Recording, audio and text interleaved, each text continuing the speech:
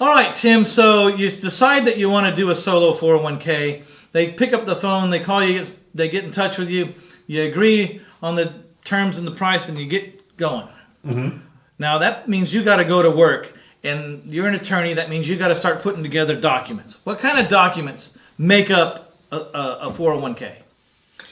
Well, Mitch, I hope you got a cup of coffee by your side, because this is going to get some really boring. I was afraid of this segment. Let's keep it short, please. Don't bore me to death with this crap. All right, we got the list right here, so let's go off the list. Number one, we're going to generate something called a basic plan document. And attorneys aren't supposed to say this, but this is 100% boilerplate. That's all it is. It's just saying, here's your 401k plan. You have the option to do this, this, but this is the basic terms. It's 80 pages of pure boilerplate. Then the next document we get is something called an adoption agreement. And the adoption agreement is where it says, okay, the basic plan document said we had our choice of this, this, or this. This is the selection we're going to make. And this is a really weird looking document because it's just making the selections and they're just totally out of context. So the adoption agreement is just saying, how is the 401k going to be operated? And this is the document that your escrow company is probably going to ask for because it names you as the trustee, and that means you can sign for the 401k. Also, big thing that we do that other people don't do, we create a trust document for your 401k. And the reason why we create a trust document for your 401k also is whenever we get back to our good buddies escrow departments don't have a clue about what they're doing with 401ks. But if now we show them a trust document and say, oh, here's my retirement trust, treat it like a trust, they know how to work with trusts, and now that gives them some comfort. And once again, that's going to say in black and white that you are the trustee of the 401k plan. So we're going to have the trustee document inside there. Amendments. Each and every time Congress gets together, it seems like they got to mess around with the tax code. So whenever they change the tax code, we have to change the documents of your 401k plan. So you're going to have various amendments inside the 401k plan as well. The termination letter. We're also going to receive a letter from the IRS, so we're going to have that inside the 401k packet. It's a letter from the IRS saying, hey, we pre-approved all these documents and all the language inside the documents. So you're going to get this determination letter from the IRS. Beneficiary statements. We're all going to die.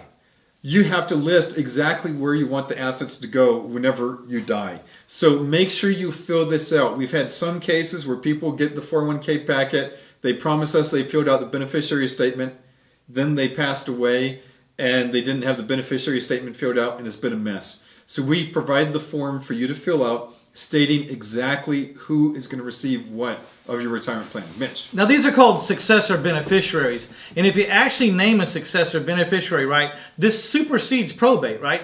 Oh, yeah, this totally avoids probate. Yeah, that's why you want to do it. Big time. But a lot of people don't. I mean, they freeze up on paperwork. It's like not creating a will. It just doesn't make any sense. If you love your loved ones at all, fill out the successor beneficiaries. Let the world know what you want to happen upon your demise, and it just happens. Like the minute you take your last breath, it's already transferred. There's no probate, no expense, no lawyers, no do anything. You just have to take the time to do this. This is one of the reasons why you're here, is to learn about stuff like this, because a lot of people don't know, and it costs them a lot of money to take care of things that they shouldn't have had to deal with. And so we're just trying to get this stuff done up front. What else do we have? So there's beneficiary statements. The next thing is transfer documents. What's that? Transfer documents. And let me take a step back here. Not only do we have the beneficiary statement, but we also have the successor trustee statement. So now if you get in a car wreck and you're the trustee of the retirement plan and you can't make decisions anymore, we have it in black and white. So if anybody asks exactly who is going to take over. So we have that already thought out. They don't have to have legal squabbles about that. How smart is that, though? I mean, every business should plan for that. Like, what's going to happen? I mean, in my office, they're planning for me to die every day. I don't know why that is. When I walk through, hey, if you're dead, what do we do here? I'm like, geez. Just read the successor beneficiary and the successor trustee documents. That's what it is. We're moving on to transfer documents. What is that? Transfer document. You got your money over at Fidelity. You got your money at Vanguard. You got your money wherever.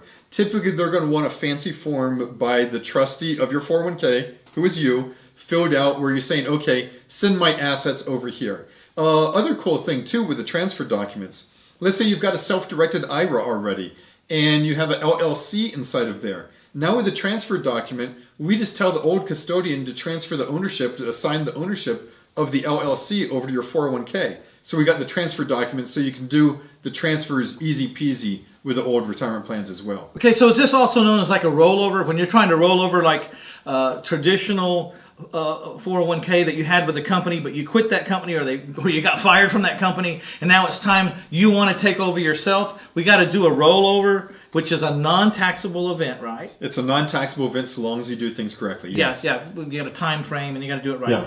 It's an arm's length transaction, but Sure. but you want to roll it over into an account or a company that understands self-directed, because not every company understands it. Not every bank wants to deal with it or knows how to deal with it. So, we'll help you choose an entity or a bank that knows how to deal with this, and you'll just transfer. You'll do a transfer/rollover, and you'll move it in from this company used to manage my investments. Now I'm rolling it over to account where I manage my investments. Is that like in layman's that's what terms? it does. Is that what it does? Yep, Okay. absolutely. And what? Okay, let's go to salary deferrals. Well, What does that anytime. mean? Well, Never heard of that. legalese, thank goodness. Yeah. We got to have legalese in the world. Salary deferral is basically a form you fill out saying, okay, I want to have XYZ dollars of my salary from my business put into the 401k. So that's the form you fill out to make new contributions into the 401k plan. Okay, this is going to be a great tax benefit as I'm learning as I get further into the wealth building years. Great idea. And rollover statements for distributions. A legal requirement is anytime you go to take a distribution, the trustee of your 401k plan has to give you a bunch of legalese, and so we have that provided inside there too. So basically we have all the documents that are going to be necessary to run and operate your solo 401k. Okay, and this is the difference in a lot of company folks. You got to make sure that the person that you hire to do your self-directed retirement plans knows what the heck they're talking about and are fully committed. And what I like about Tim is it's been over 2+ decades. I ask myself sometimes, why in the hell do I get so excited about buying and selling houses and am still excited after 24, 25 years? And I don't know the answer to that, but I heard one person say, there's got to be someone who loves to do everything or nothing, or it won't all get done. And so you just are in love with the idea of retirement plans for the last 2 decades, and you've studied it and learned it. And Isn't everybody, Mitch? Isn't this exciting stuff for everyone? And let's sit down and talk about that basic plan document, Section 4, Subarticle 5. That is exciting stuff, Mitch. Woo!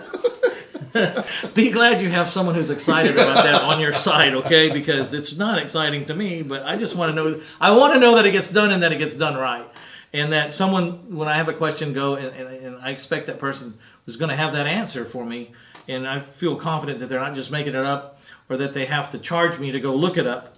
They just know because that's what they do. All right, so you want to recap? That's a lot to recap. Recap, basically you're going to get all the documents you need to properly run the 401k. Okay, we don't need to go through all those. Yeah, we don't. All right. Moving on to segment 6 here, okay? Talking about fees. You want to stay tuned for that. This is the good part.